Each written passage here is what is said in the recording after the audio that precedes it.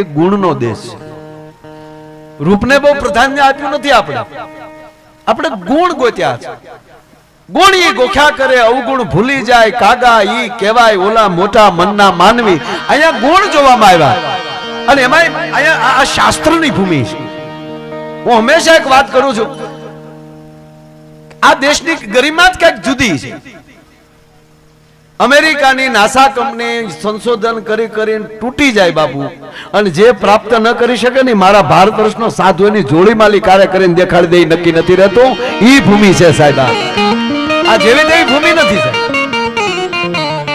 આપણે ઘણી વાર શું થાય, કોઈ બાપુ પીચ આપતા હોય ને વક્તા, તો વચ્ચે વચ્ચે અમેરિકાના લેખકનું નામ આપે. અમેરિકાના લોર્ડ થોમસ છે અહીંયા લખ્યું છે. એટલે આપણે શું કે વાહ વાહ ભૂખા કાઢ નાખ્યા. હવે અમેરિકાનો જન્મ કેદી થયો?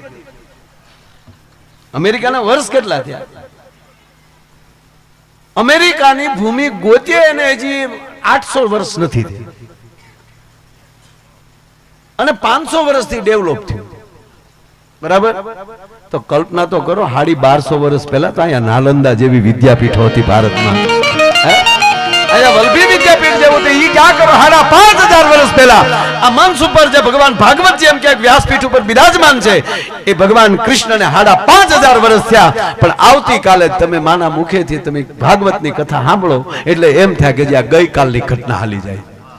5500 વર્ષ પહેલા યદા યદા હિ ધર્મસ્ય જ્ઞાનિર્ભવતિ ભારતમ અભ્યુત્થાનમ ધર્મસ્ય તદાત્માનમ સુધામ્યહમ પરિત્રાણાય સાધુનામ વિનાચાયચ દુષ્કૃતામ ધર્મ સંસ્થાપનાર્થાય સંભવાની યુગે યુગે. 5500 વર્ષ પહેલા ભગવાન નારાયણ આપણે ગીતાજી આપ્યા, જેના પૂરા વર્ષને આપણે એમ કહેવાય પાકો આંક ના મારી શકીએ. કેટલા વર્ષો થઈ ગયા એ ભગવાન રામને, અને એને પણ 450 વર્ષથી જે ઓલો 28 માં આવ્યો તો બાબર ને, એને આપણું મહાન મંદિર તોડીને એમાં ઢાસો બનાવ્યો હતો. સાહેબ અત્યારે વર્તમાન એક સોનેરી યુગ છે. આપણે સાતી ઠોકીને કહી શકશો નહીં. આપણા પછીના આપણો વંશ એમ કહેશે કે જેથી અયોધ્યામાં રામજી મંદિર બન્યું ને ત્યારે અમારા દાદાને એની હાજરી હતી. સાહેબ એવા એક સોનેરી યુગના આપણે માણસો છીએ. અરે પાછા અહીંયા આપણે જેવો તેવો ભગવાન તો બાપુ આપણે સ્વીકાર્યો નથી. આપણે હું રાકાન સમરી એવું લાગે તમને? તાકાત છે કોઈને કે આપણે આપણા ભગવાનને કોઈ ખીલા મારી દે?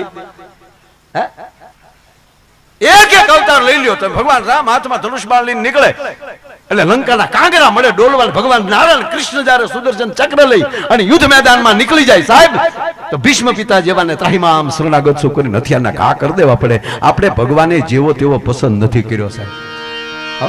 એટલે અમારો કવિ લખે છે કે ઈસાવ સુવાળો એ જે નથિયા રાજ હોયા ભારતે કાયર દે. આ ભારત વર્ષે કાયરની પસંદગી જ નથી કરી શકતી. અરે આ દીકરીઓ રાહડે રમતી હોય એને તમે કાલે હવે તો ઠીક છે બધું રાહડા વયા ગયા આવ, બાકી હાજે માઠમના એમ કહેવાય તહેવાર હોય અને દીકરીઓ રાહડે રમતી હોય અને હજી નાની એવી હોય અને એને કાનમાં એમ કોઈ દીકરી પૂછે કે તું કેવો વર પસંદ કરીશ, તો ઈ દીકરી એમ કહેતી કે સૈયર પેરું છુડલો જેની અખિયા લાલ, પછી ઘડી ભર સુહાગન રહું મારો આળખ્યો આખો જાલ. મને જ પસંદ કરી, બાકી દેદા હારે કૂટી નાખી. આ દેદા કૂટવાનું હું હતું? ઈ આખી પ્રથા હતી સાહેબ. દીકરીઓને સંસ્કાર દેવાને એક પ્રથા હતી, જ્ઞાન મેળવવાની એક પ્રથા હતી. જોકે બહેનોની વાત આવે એટલે એખાદી વાત લો. હું તો તમને જો દાંત જ કઢાવે એવો ગણ્યાનો સાટો આપણા છે નહીં. હા, તમને એમ થાય કે આ ઘડીએ રામ નામ્યું ખોળામાં તિલક કરીને બેઠો એટલે ઓમ નમો, કાંઈ નહીં, એડ્યું નથી. અને હકીકત છે આ માણવા જેવું છે, જાણવા જેવું નથી. આવા મહાપુરુષો જે આપણને સંભળાવતા એ માણી લેવાય બાપુ. આમાં જાણવાના દીકરા થઈ ગોથું ખાઈ જાય. હકીકત છે સાહેબ. આ તમે કલ્પના તો આ કેમેરા વાળા ભાઈ, તમે ફોટા વાળા ભાઈ મારી પાસે આવી જાવ બાપુ. અમને એટલો બધો હરખ થાય ને આજે ફોટા પડે ને તો એમને એમ થાય ભાઈ ભાઈ હું કામ લગ્નમાં એક કેમેરા વાળો હતો ખાલી, એ અવડી પોસ્ટકાર્ડ કાટની કોપી હોય ગયું અને એને બદલે અત્યારે જવો તો ખરા. પણ ફોટો એક ફોટો પણ મારા ભલે એ થાય સાહેબ, આ જો કોઈ પણ વસ્તુ તમારી પાસે કઈક કલાનું સાધન હશે ને સોદિયા સાહેબ, તો દુનિયા સ્વીકારી લેશે. આ કેમેરા વાળા આપણે આમાં ગમે એમ આખ્યું કરે, કોઈ ખોટું લાગ્યું કરે વગર કેમેરે સાળો લ્યો. એક આ બહુ ઝીણા ઝીણા પોઈન્ટ છે કે તમારી પાસે કાંઈ પણ કલા હશે તો જગત 100% તમને સ્વીકારશે. તમારે અવગણના નહીં કરે, જ્ઞાતિવાદ નહીં કરે, કઈક હોવું જોઈએ. અને કાગ બાપુ તો ત્યાં સુધી કહેતા કે દુનિયાની લાયક તમે બની જાઓ અને પછી ઓક્સિજન લઈને દરિયાના પેટાળમાં વયા જાજો, દુનિયા સબમરી લઈને તમને ગોતતી ગોતતી આવશે. અને ભજન લાયક બેહી જાવ, ગીરના ખૂણામાં બેહી જાજો તો માણસો ગોતતો ગોતતો ન્યા દૂધના બોઘરા લઈને આવશે સાહેબ. સમાજ બહુ આમ એટલે આ કોઈ જાણવા જેવો મુદ્દો જ નથી, માણવા જેવો જ મુદ્દો છે. જાણવા જઈ મરી જાય છે. બ્રહ્માંડ નું નથી જે જાણીએ કે વિજ્ઞાન ની તેવડ નથી. આપણે જે મોબાઈલ સુધી પહોંચ્યા, હવે આ તો 450 વર્ષ પહેલા તુલસીદાસજીએ એમણામ ચંદ્રનો અંતર આપી દીધું હતું. અને સૂર્યને ચંદ્રને તો આપણે દેવ કહી દીધા, અને ચાંદાને તો આપણે મામો કહી દીધો છે. હજી ઓલા ત્યાં પહોંચ્યા છે વિજ્ઞાન વાળા. આપણે તો અગાઉ મામા કહી દીધા, ચાંદા મામા. મામાનું ઘર કેટલે, દીવા બળે એટલે, ચાંદા મામાના ગીત આવે. એટલે ભારતની આખી વસ્તુ જુદી છે. એટલે કાંઈ બહુ જાણવું નહીં, મોજ કરી લેવાની, થાળીમાં આવ્યું ખાઈ લેવાનું. કોનો ઘઉં છે ને કોનો બાજરો છે રહેવા દે,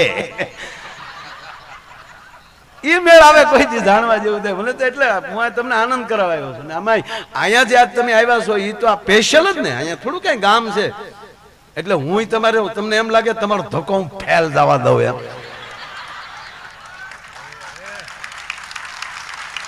અને એમાંય બાપુ આ તો બધા હાવજના હેઠા પાણી પીને બેઠેલા હે,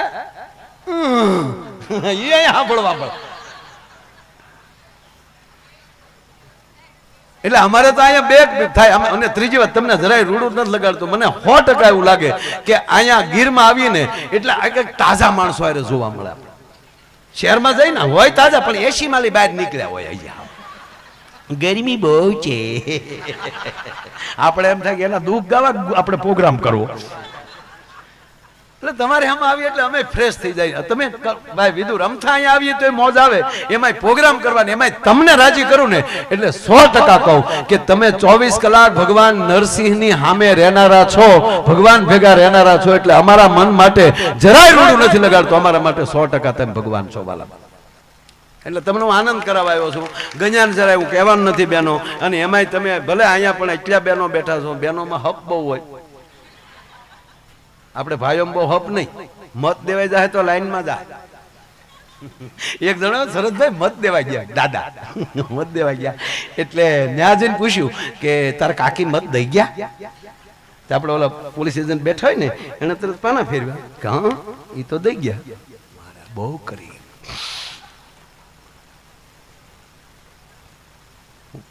ચૂંટણી આવે એટલે હું હરખમાં હોઉં કે તારી કાકી મને મળશે. ચૂંટણી આવે ત્યારે હું હરખમાં હોઉં, તારી કાકી મને આ વખતે તું ચોક્કસ મળશે. હું એટલો વહેલો આવ્યો તોય તારી કાકી મત દિન વહી ગઈ. કે કેમ ભેગા નથી રહેતા? ગુજરીજી 15 વર્ષ હતા, છતાં મત દેવા ક્યાંથી આવે? એટલે મારે એમ થાય મત ને બાને જો મિલન થાય તો.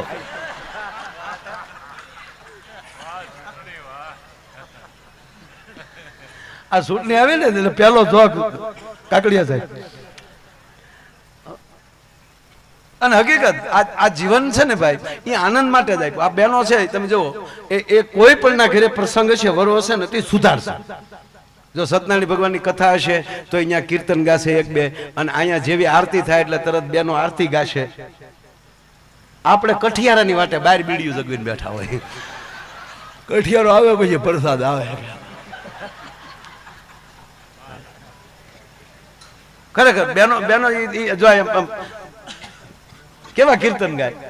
ઉતારો આરતી શ્રી કૃષ્ણ ઘરે આવ્યા, કાળા ને કાબરિયા કીધા, વાદી ના મન વર્તી લીધા, પાતાળ જઈને નાગ નાચ્યા, નાગણિયું ને દર્શન દીધા, કમળ ભારો લાવ્યા રે. એક ભાઈ મને કે તમે ભાજપમાં લાગો. મેં કે કેમ? મને કે કમળ કીધું એટલે. મેં એમાં પંજો નથી આવતો, પૂજામાં ક્યાં આવતો જ નથી, તમારે ક્યાંથી લેવું? પૂજામાં કમળ જ આવે.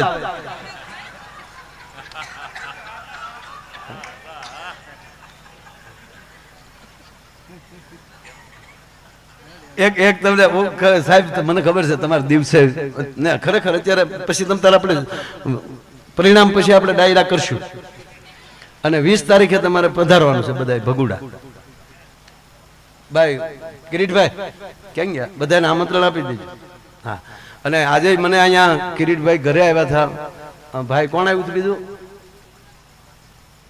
હિમાચલ ભાઈ પોતે જ આવ્યા હતા અને હિમાચલ હોય અહીંયા ડુંગર જ હોય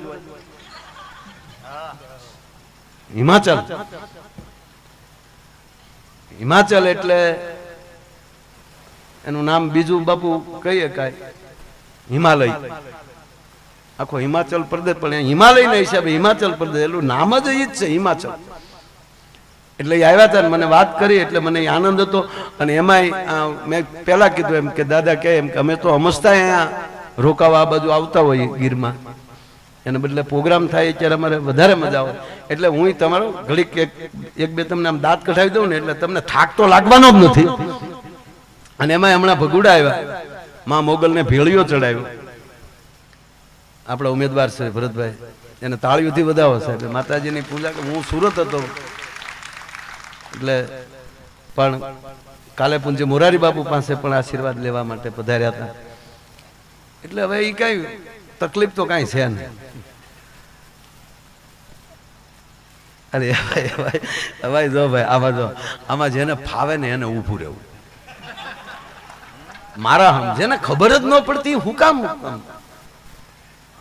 ઘણા તો ચૂંટણી નવી સોંગણી મારે ઊભું રહેવું તું વાડીએ ઉભો રે રોજ ઉઠકાય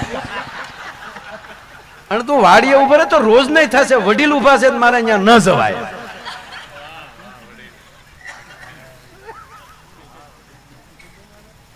એટલે વાત એ કરું છું ભાઈ કે હું આનંદ કરાવી તમને અને મેં કીધું એમ કે આ ભગવાને આપણને માણા બનાવ્યા ને એ આનંદ માટે જ ભગવાને આપણને માણા બનાવ્યા માણસ જ એક એવો છે હસી શકે માણસ જ એક એવો છે ટેસ્ટ થી પંગતમાં બેસીને જમી શકે માણસ જ એક એવો છે ખામહામો ભાવ દઈ શકે માણસ જ એક એવો છે કે આમંત્રણ દઈ શકે ભલે આવા જોરાવર પ્રાણી છે સાહેબ તાકાતમાં એટલું છે પણ એક પણ પ્રાણી જમતી વખતે પણ એને હક નથી હોતું ભય હોય છે સૂતી વખતે પણ એને સુખ નથી હોતું ભય હોય છે બાપુ માળામાં પક્ષી એક જાગતું હોય ને ખૂતું હોય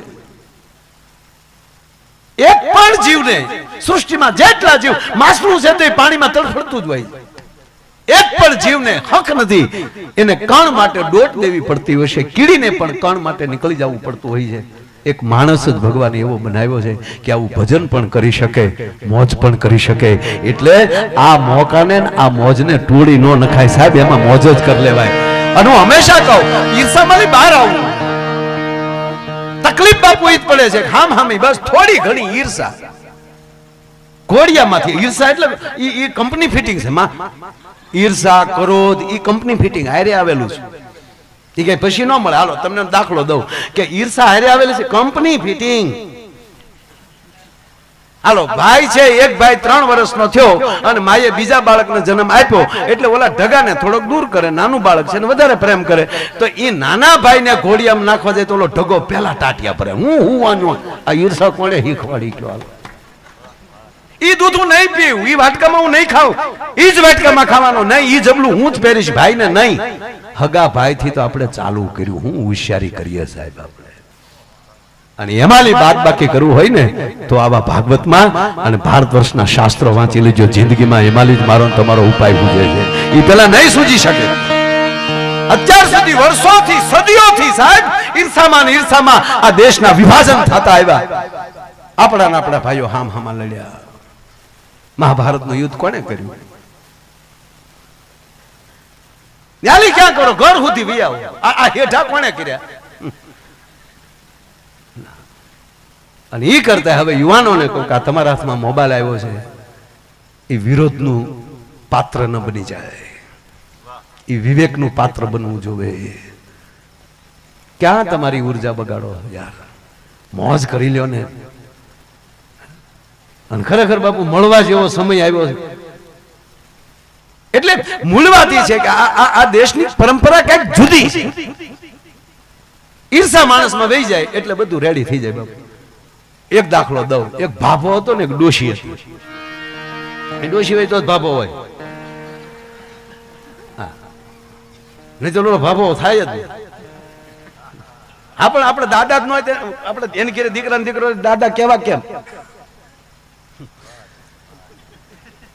એવાય તમને કહું એક આ બહેનોમાં બહુ ઈર્ષા નહીં જરાય લગભગ નહીં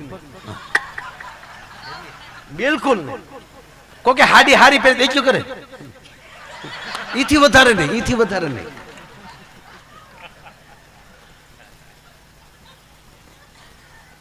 નહીં ખરેખર બહેનોમાં હપ છે સાહેબ આપણે ભાઈઓમાં બહુ હપ નહીં આપણે જો ખાંભાન બસ સ્ટેન્ડમાં ભેગા છે હામ હામાં કતરાવું ક્યાંનો છે એ હા જે પ્રોગ્રામમાં હતો એ જ છે અને બેનો છે ને ઘરી ઘરીને પાસે જાય હે બેન તમારે કયો શેમ્પુ કયો હાબુ વાપરો તા કેમ તાક તમારો આવડો મોટો અંબોડો જોઈ ને એટલે કહું તાક અંબોડો મોટો નથી તાર બેન ટિફિન બાંધ્યું જ્યાં એક તમને હાવ હાશી એક વાત કહું ભાઈ તમને મજા આવી આ બેનો લગન ગીત ગાય આપણે વર્ષોથી સાંભળીએ પણ સાહેબ કેટલું લગન ગીત સરસ છે કોઈને ખબર છે મને એકને જ ખબર છે એક કડી ગાવ કહેતા આવતો હા એ આખા બીજા રાઉન્ડ તો હું લેવાનો છું પણ એક કડી ગાવ જવો મોર તારી સોનાની સાચ એ મોર તારી રૂપાની એવી સોનાની એ સાચે રે મોરલો મોતી ચણમાં જાય બાપુ આપણું પ્રાચીન ગીત ભજન ની હારે મુકાઈ જાય સોનાની સાચે મોરલો મોતી ચણવા ઈ મોતી ક્યાંનું છે ભવસાગર નું મોતી ગણો ગોતવા જાય ઈ ઓલા સાગર નું નથી જે ભવસાગર માં ઉતરવાનો છે ઈ મોતી લેવા અને હવેની મહત્વની કડી બાપુ હવે આ કોઈને ખબર નથી મારી એક સિવાય પણ હું કોઈને કહું નહીં આજ કહી દઉં એક જ કર્યો મોર જાજે ઉગમણે દેશ એ મોર જાજે આથમણે દે મોર જાજે ઉગમણે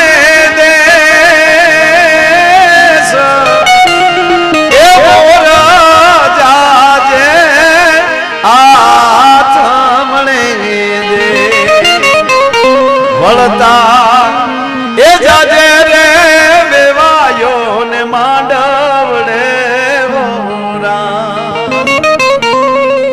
મોર જાજે ઉગમણે દેશ મોર જાજે આથમણે દેશ પછી તું વેવાય ને માંડવે જાજે બોલો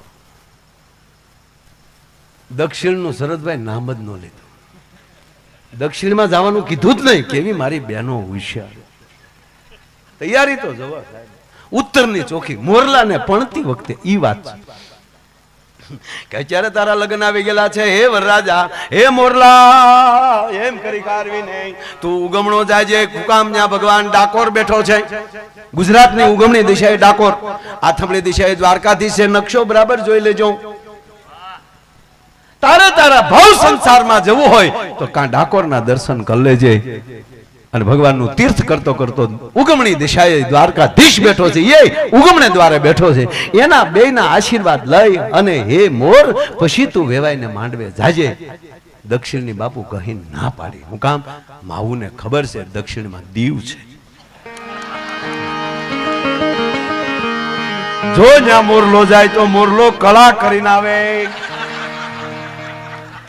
કળા કરીને તો આવે પણ બાપા જો વધારે થોડુંક થઈ ગયું એ તો કોઈક પીસડા ખેરી નાખે ટૂંકમાં કહું તો માંડવામાં જાય એવો રહે નહીં હો અને ઉત્તરમાં પાછું આબુ આવી જાય બાપા પછી નો રે કાબુ